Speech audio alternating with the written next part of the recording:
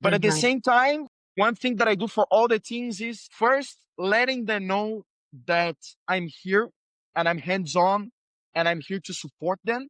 So I'm not the type of manager that asks for something that I don't know how to do. At Elements of Culture, we sit down with experts in leadership and team building to explore the DNA that drives a thriving organization.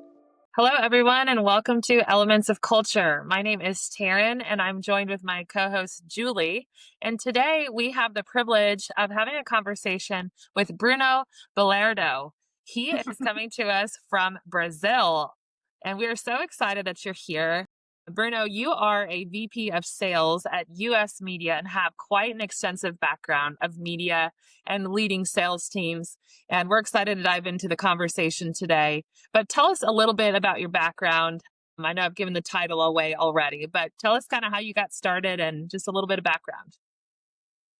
Of course, of course. So first, thank you very much, Taryn. Thank you, Julie, for the invite. It's very good to be here with you today. And so I have I would say a big background on media. I worked at agencies, I worked at clients, but I would say that 50 years ago, I moved to the sales side of the table. So I learned how to buy media as an agency, as a client. And then when I moved to sales, I would say it was easier for me to understand what are the best tactics to sell. So I've worked in very different companies, from the gigantic big techs such as LinkedIn and Meta when it used to be Facebook, uh, to startups that grew very quickly such as BuzzFeed, Jelly Smack. So I've been in the road on the road for quite a time on the sales side. Well, it sounds like quite a ride. Yes. That is a pretty extensive ride there for sure. Yes, yes, it is. Very good ride, by the way. Amazing. So tell us a little bit. You've kind of given us a background, but you currently lead a team that is within South America as well as North America. Is that correct? Yeah, currently I lead a team in Latin America, Okay. but I've managed the region Americas Okay. previous roles. Okay. So tell us a little bit about your team. How do you really come to a place where you're motivating your team? What motivates them? What types of maybe KPIs, things like that? They're just normal sales things. What are the types of approaches that you take with your team? Great question. I think the first thing that not a lot of people talk about is the fact that you have to understand the cultural nuances of the people that you work with. So, as an example, when you work with Americans in the US, people are more straightforward, people are more looking towards results. And I would say people are more professional in terms of how they deal with sales and the sales process entirely. When you come to Latin America, there's a lot of passion, there's a lot of energy, there's a lot of stuff that moves around when you lead a team. So I always say that in Brazil, where I'm based currently, some of my meetings with clients, we don't talk about business for the first 45 to 50 minutes, because people usually ask about your family, about your weekend, about your vacation. And then the meeting ends and they say, look, at the final 5 minutes, hey, I'm going to send you an email with the RFP, and then you send me the proposal. That's it. And for my colleagues in the US, sometimes they're like, but what happened here? Like, you didn't propose an agenda. You didn't went through the you know, the product itself. You didn't pitch it. You didn't ask questions. But again, you have to think about the differences in culture. And the way I Yeah. try to motivate my team as a whole is, first of all, adapting my managing style to what fits best to them. So Yeah. of course, when I used to manage a team in the US, I used to be much more dedicated and I would say business oriented. I would be more like, hey, this is the agenda. So when I used to see clients in the US, I would follow the same script and the same direction, and it would work perfectly. But when I'm here and in Brazil or Mexico or any of the Latin American countries, I always try to, adapt the way I actually tell my team what to do or the type of research we need to do before going to the client. So this type of things, I think, makes sales a little bit easier for each of the teams. But at the same time, one thing that I do for all the teams is first letting them know that I'm here and I'm hands-on and I'm here to support them. So I'm not the type of manager that asks for something that I don't know how to do. So they always know that I've done what they're doing right now because I've developed my career in sales. So I started as an account executive. I've moved in different positions. So I know what I'm asking for and I'm able to do that. So that's one thing that I think the teams usually like, and they're like, okay, this guy, he has been through it. He has taken care of mid-market. He has developed big accounts. He has been a manager. He has been a director. So I think it makes it easier for me and my teams to get a better relationship. Yeah, that's awesome. I think that certainly establishes credibility with the team. Yeah, Bruno, Exactly. just with your vast experience and your ability to adapt, like to adapt to different teams and understanding that, what could you say would be a good piece of advice for someone who's entering like sales, like a managing a sales team to be like, how do they learn to adapt to the people? Because I love what you said, how you guys talk about the weekend, you guys talk about family, because I think there's a lot of trust that's built in that type of environment. And you said in the in the US we don't do that. Like we would probably consider that like a waste of time. I think being like, what's going on? Why are we in this meeting? Why are we doing this? But talk to me a little bit about that adaptability and building that trust with the team. What would be some good advice for a brand new sales manager? Like you think in helping understand their team? So I think first of all, we are selling something, but at the end of the day, everybody is a person. So you have your family, you have your good days, you have your bad days. Everybody's passing through something in life.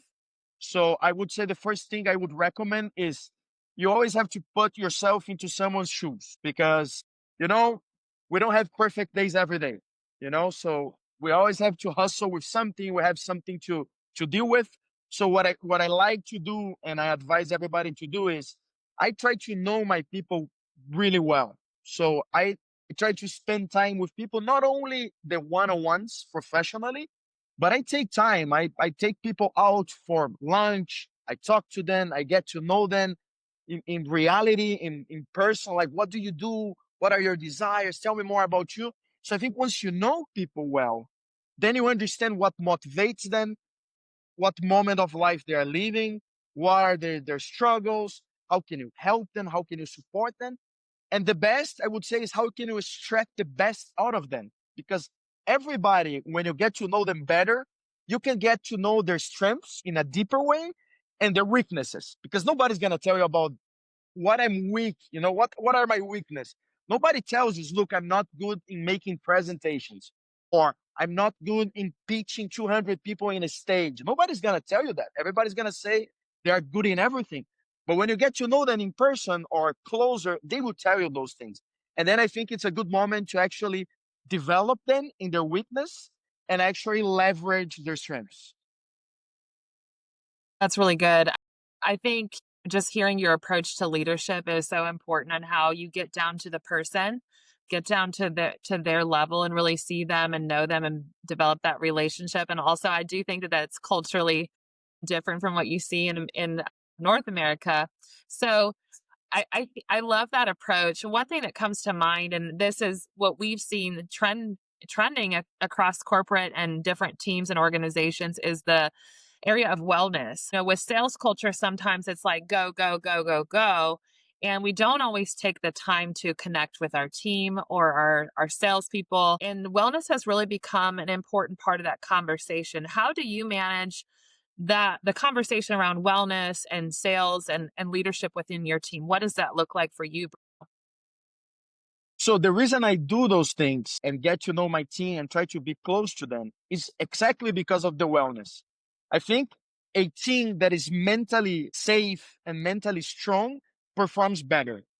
At the end of the day, if people really know what's going on, I'm always transparent with my team. So if I'm asking for something, I always tell them where it's coming from. So they understand clearly what are the things that I have to report into a CEO or to the board.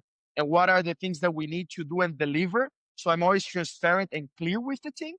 And I think at the end of the day, as I mentioned, one thing that it's very important on the teams that I manage and they are high performance is collaboration.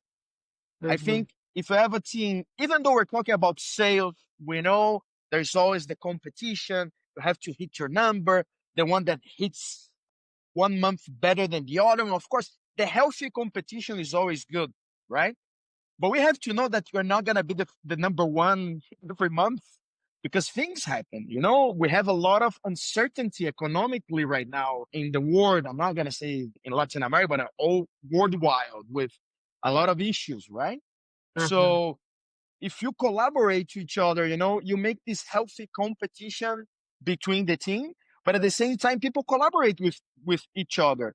Currently, the company that I work for, we represent exclusive publishers that don't want to open an own operation in Latin America. So we represent them here, such as Vivo, Tinder, with Transfer, One Football, and many others. And of course, I have different teams for each product. So what we learn to do here is we collaborate. Sometimes one person is in an agency and there's an RFP that has nothing to do with the product. Why don't you introduce your colleague? If we win, everybody wins. So I think this group mental idea and let's say mental culture, I always tell the team, if one person is doing well and the rest of the team is not doing well, there's no reason to celebrate. We win together and we lose together. So that's kind of the approach that I try to make with my teams. Yeah, I love that because I think and we're seeing this right now in North American corporate companies where we have a new generation of people coming in and they want a safe space. They want to collaborate. They want to work together. There's a lot of that they're seeking. And I think we're trying to transition out of that. So you've led multiple teams in multiple countries. So I do have a question for you. What is one misconception about growing a healthy sales team that you've heard, but then you've realized this is actually not accurate? Is there anything like that you've seen, some advice you've heard? I don't want to say bad advice, but I want to say it's a misconception.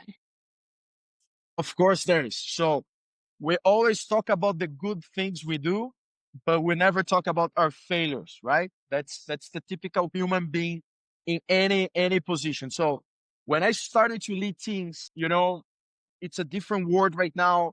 I'm talking about collaboration, mental wellness, and everything. But it wasn't like that 15 years ago. It was a very different word. So when I started to work with sales, I had a very different school. So my managers, my VPs, my bosses. So I learned some of the techniques and I was given some advices that the more you pressure someone, the more you put someone on the spot, this person will self-motivate and they will turn around, they will turn the situation and they will improve. And for me, it's the worst mistake you can do, Like the more you pressure people, the more you micromanage them, the more you expose them, the more you are affecting their self-esteem, the more you are like cracking their reputation in front of the team, and the worse they will perform. So that's something that I learned, and probably I've done those mistakes when I started my career in my first months. Like, yeah, I'm gonna be a bad guy, the bad cop, But quickly I realized that was not the right way of managing people. First, because I didn't like to be managed that way. Yeah. The fact that I survived this tricky moment doesn't mean that I like it. So then I didn't reply that anymore. So this was one of the worst mistakes that I was given in my early careers as a manager, you said. Oh, yeah. So I think there's still people that do that. So I've seen it in sales teams. Me and Taryn help. So we do some coaching and we still see this method.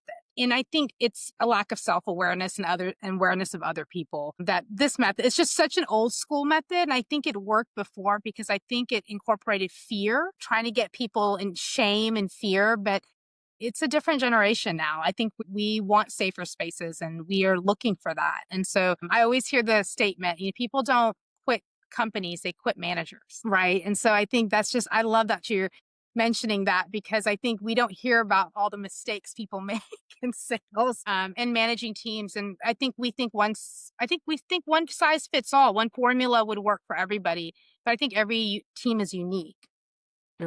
I agree with you. And again, I'm not saying that you need to be a father, a corporate father, and take care of your sellers like kids. That's not what I'm saying. What I'm saying is that, of course, you adapt your management style depending on your seller profile. So there are sellers, they like to be pushed, but it can be done in a healthier way.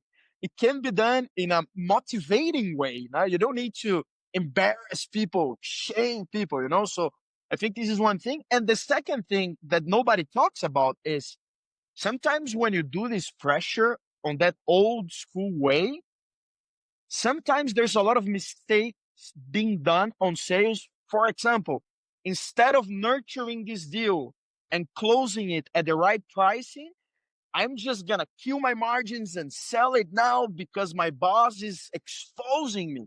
So at the end of the day, there's a lot of business mistakes that you think you're winning because you see this big number with no context. But at the end of the day, you're losing because you don't build relationship. You don't position your product well on a price standpoint. So there's a lot of mistakes you make, making this old school style pressure on people.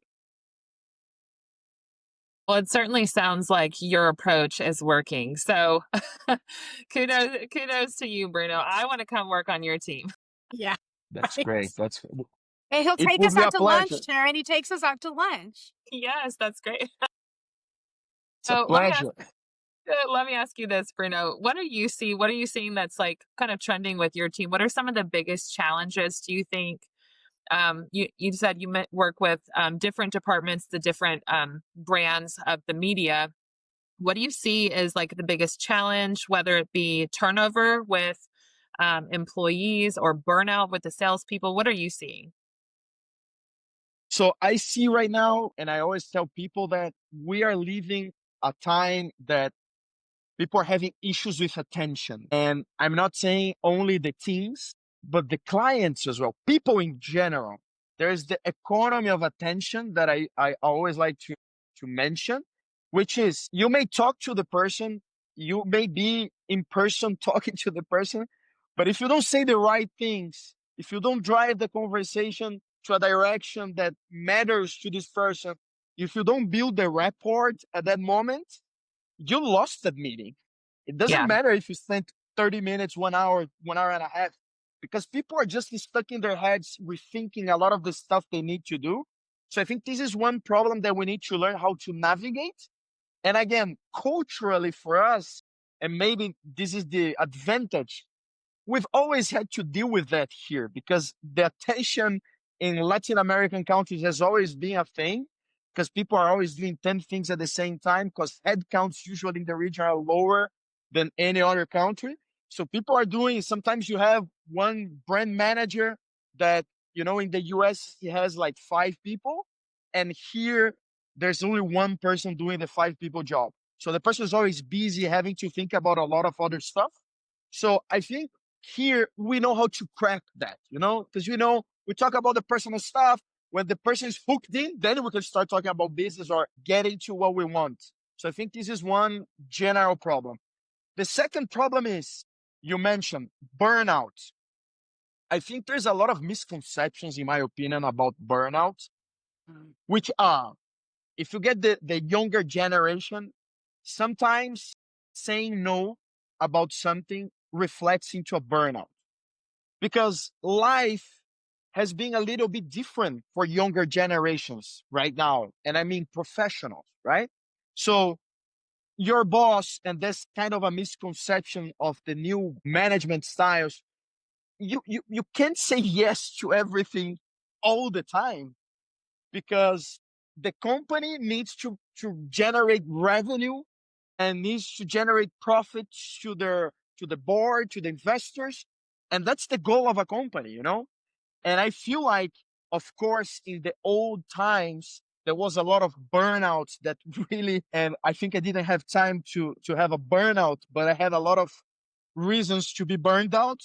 because I heard a lot of stuff. But I think right now, I think the challenge is, and I always tell people that when you are not properly prepared for the marketplace in your house, in the university, right now, I think the big role of companies is to develop the person and teach them what to be a professional is, you know? Because I think there's like this big thing of what is pressure of sometimes the position of sales. Sales is a job that you have to learn and you have to live with pressure all the time. You know, Hmm. from the top of the company to the bottom.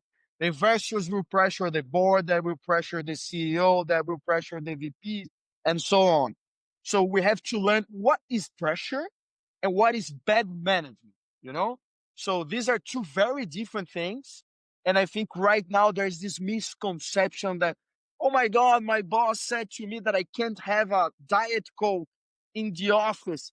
I'm just gonna quit. I'm burned out. I'm tired of it. And I'm saying that because I worked at the big tech company. So I worked at Meta 4 years, two different moments of my life. And when I worked at Meta, we had this beautiful micro kitchen, as they used to call it, with 100 types of milks, like sushi, hamburger, breakfast, parties, Q&As with drink, amazing. But on the other hand, I've worked at national companies in Brazil that I only had coffee. There was nothing. And some of these people that started their careers at the big techs with all these things, they would come to do interviews with us and they would say, oh my God, I don't see any fridge with the 10 different types of milk. I cannot work here, you know? It's going to give you a burnout.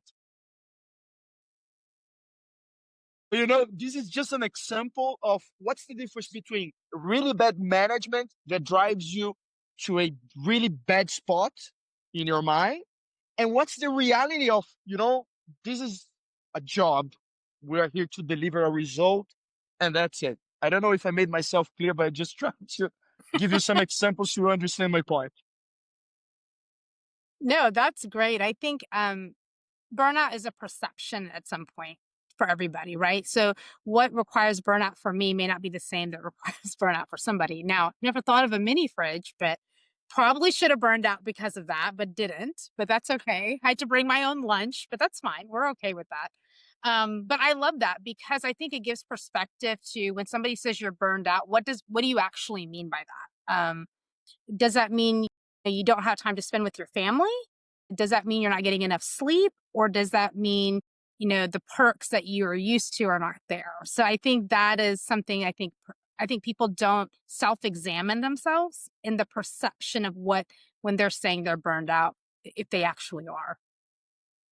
Exactly. And I'm not saying that people are not burned out. That's not my point. So I've seen companies, and if you get, for example, tech companies, more traditional tech companies, there's a lot of still the old style of management, and we know that. So I know there's a lot of issues.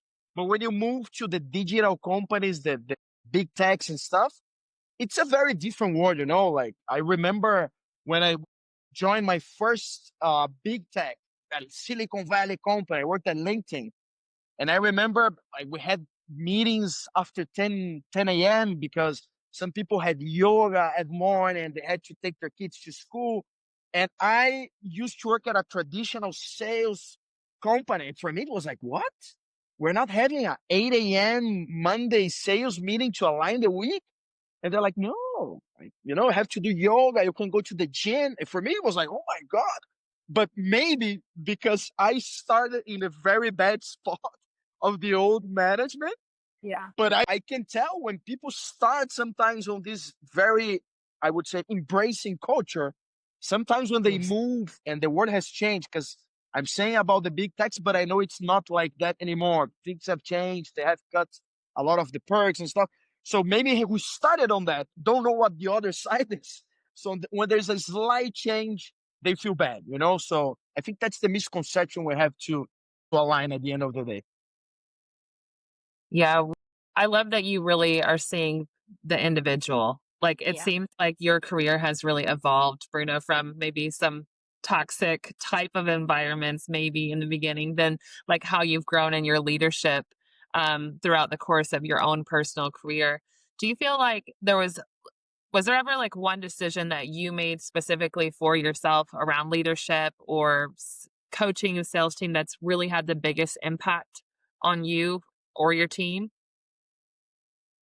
So look, I've had very different experiences in my life, and I'm the type of person that I'm always grateful for everything that I've lived because I think every moment is a moment of learning. Even when I was working in toxic environments, I could tell myself, look, this is not what I should do when I become a VP or a CEO or whatever. So you're always and constantly learning, right? I would say for me, the biggest change or coaching change or insight that I had in my career was there was a point in my career that I was very thoughtful about everything. I wanted to control every single thing, because every business school course or anything you do, they're always saying you have to be prepared.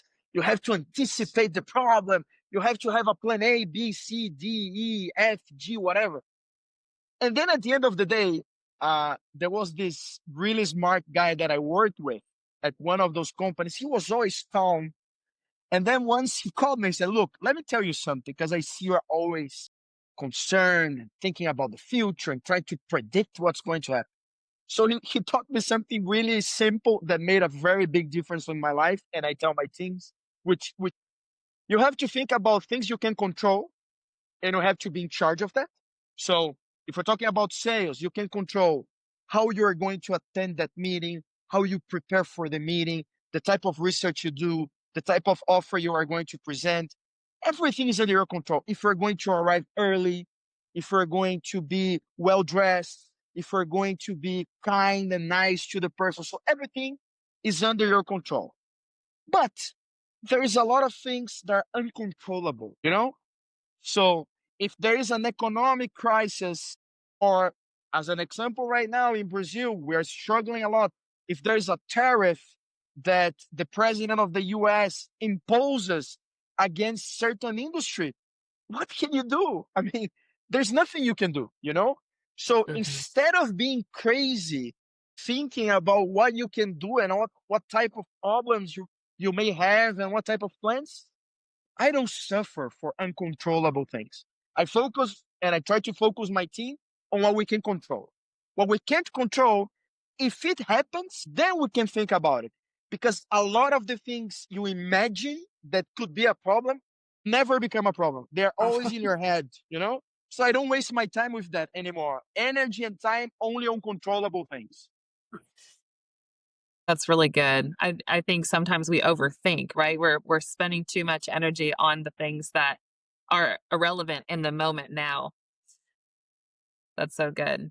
Well, thank you so much, Bruno, for just kind of sharing a little bit about your story, your journey, your career journey, and also how you coach your team. I think those that are on your team are privileged to have a leader that really sees them and as an individual and are willing to connect and go that extra mile because you're not just looking for a performance from them as an individual, but you're really looking to help scale them as a human being, not just in their career but also in life. And you know that goes to show also with the clients that you interact with. And so I think that's amazing. No, thanks for having me. Again, I love this type of conversation. And as you say, I always try to look at people as a complete human being. So they have their professional side, their personal side. And I always think that individuals should be respected. I always, when I have or someone on my team leaves, or when there's a better opportunity, I always encourage people to go, because at the end of the day, this is life. Opportunities arise all the time. You have to think out about what's best for you. So I always try to leave places, or when my team members, they move to a better spot or they decide to do something, I always try to encourage them, because I think as a part of being a leader is, to seek the best for the people of your team. So that's the approach I try to take all the time. Well, thank you so much for coming on and just kind of sharing. This has actually been really fun for us because we have been seeing the transition of culture in the workplace, and we've been trying to help companies implement that. It's been a little bit harder. I think culturally, you have an advantage with the just internationally. I think countries just have an advantage for not being so business minded because as people, we're whole people. And there's more to us than what you see when we show up at work. And so I think tapping into that the other areas of their life have value and matter, I think make a big difference. I agree 100%. I agree 100%. And one point on that, if you allow me, is that I think the business mindset is important for, of course, the soft skills and everything. But I've hired people on my team that if HR looked at the resume, it wasn't a perfect fit. But when I talked to the person and interact and they told me what they've done, how it would fit for the role, I've given them opportunities and they are doing really well. By the way, one of my best sellers didn't come from the digital media. The guy is an engineer for a top university in Brazil. And when I hired the guy, HR was like, "What are you doing? We have these rock star guys." And I said, "This is a technical guy with great interaction skills. He's gonna rock." And they were like, "Okay." So I've given the guy a chance. And HR 6 months later came to me and said, "Oh my God, how can we get more of this type here?" I said, "Look, so again, being business driven or business mindset driven is a good thing. But if you don't open up your eyes to look the environment around, you will always do the same and hire mini Brunos and people are similar to you. And then there's no discussion. Because if Yeah. I hire someone like me and I'm going to say, hey, and there's 10 Brunos on their own, everybody's going to agree. I'm not gonna learn anything. So I think it's bad for me and bad for them. So we need to have a diverse group so everybody has an opinion, respectful discuss, and we all learn. So that's what I think a good high performance sales team is at the end of the day. Thank you so much for joining us on this conversation today, Bruno. We wish you and your team all the best, and we look forward to connecting with you further. Thank you very much. Thank you for having me, Tara and Julie. It was a pleasure. Thank you, Bruno.